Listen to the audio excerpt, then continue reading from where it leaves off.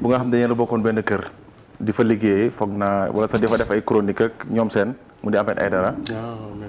voilà fan yii gis nañ que ni am na yenn lënt-lënt yu mam ak kër gii di CNRA ginnaaw bi nga xam te nekk na maire Guédiawaye dafa wëyal di am li nga xam moom moo nekk revue de presse bi mu doon def ci kër gi nga xam te ne fa nga nekkoon xaw ma sax ba léegi yaa ngi fa nekk xam naa peut-être di nga ma ci andil ay leeral ndax fan yii yëpp gisatuma la ci matinal boobu nga doon def ay chronique mais dafa am coow lu fa juddu dégg nañ barki Dembo Ndiaye xaw ma démb dañu coupé micro am foofu ca biir Sen TV ba mu doon def li nga xam te ne moom moo nekk li jëm ci wàllum revue de titre liggéeyam CNRA aussi ne moom amatul droit def li nga xam moom moo nekk revue de titre en tant que maire loolu yëg nga ko ak ba nga ko yëgee nga ko jàngatee.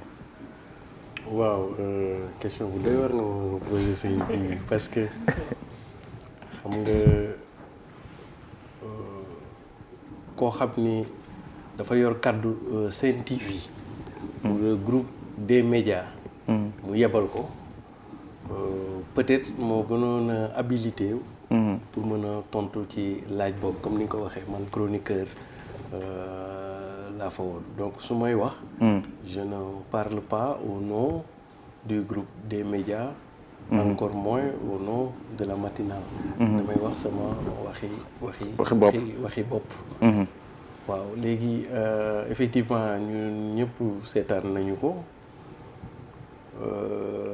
CNRA dafa jël dogal jàpp ni moom Ahmed Aïdara waratula mën a def revue des titres. Ahmed Aïdara jàpp ni moom lii métier la te politique du métier donc moom dafa war a continuer di def revue des titres. léegi mu am ñaari élément yoo xam ne dañ ci war a trouver l'équilibre. benn élément bi mooy CNRA moo yor régulation audiovisuelle. maanaam mooy gendarme bi mooy dogal mooy alkaati bi. waaw te moom la yoon jox doole.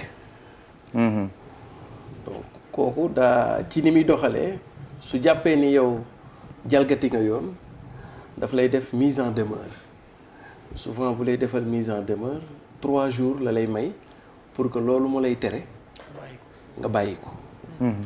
soo ko bàyyiwulee mën na laa defaat deuxième mise en demeure boobu juróom-ñaari fan la maanaam bu la defee première mise en demeure da nga toog ñetti fan yoo xam ni dañuy couper sa signal comme ni ñu koy waxee. boo ko deful moom ni mu ko waxee dana ñëwaat couper sa signal ba mu mat juróom-ñaari fan. soo ñëwaatee nag continuer am na dogal moom ci loi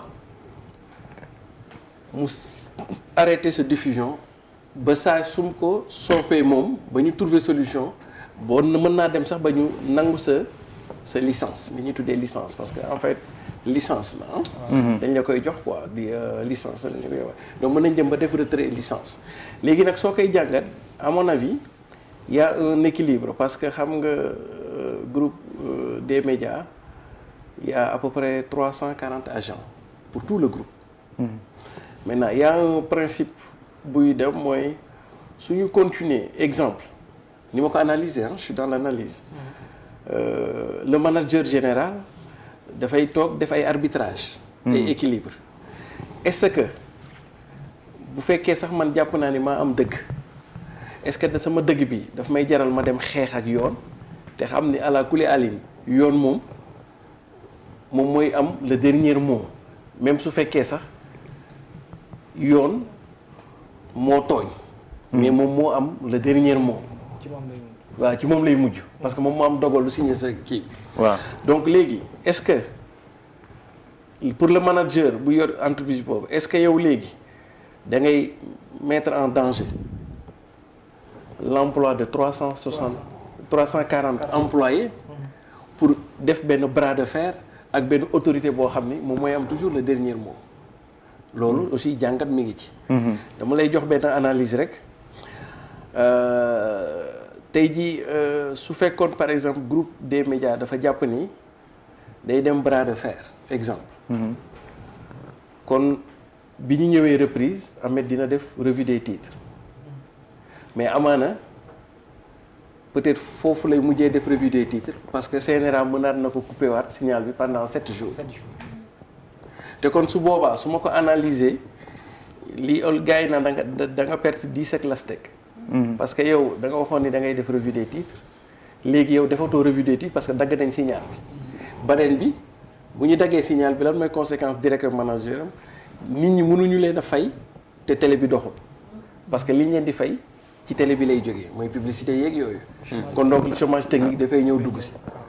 kon donc léegi pour man foofu ñu toll du def droit mais faire du management juridique la c'est-à-dire qu'il faut nga toog te loolu day des ci diggante sëñ Ahmed Aïdara ak diggante Bougane bi moom outil de travail bi ak peut-être ñi ñu fa jox ay ndomba tànk ñoom Simon ñoom Evelyne et ces dirigeants yi ñoom ñu toog waxtaane ko man nag dama jàpp ni waxtaan ba moo ñorul ba nu mu war a ñoree ba tax sax li fa jot a am fi mais pour man mënoon nañoo bañ a àgg ci Ahmed di démissionner parce que quoi qu'on puisse dire Ahmed aussi est l'une des figures de proue de Sen TV du groupe des médias deuxièmement aussi effectivement ci benn côté il a peut-être raison c'est ça son job loolu mooy liggéeyam il a été engagé à Sen TV comme buy def revue de presse pas autre chose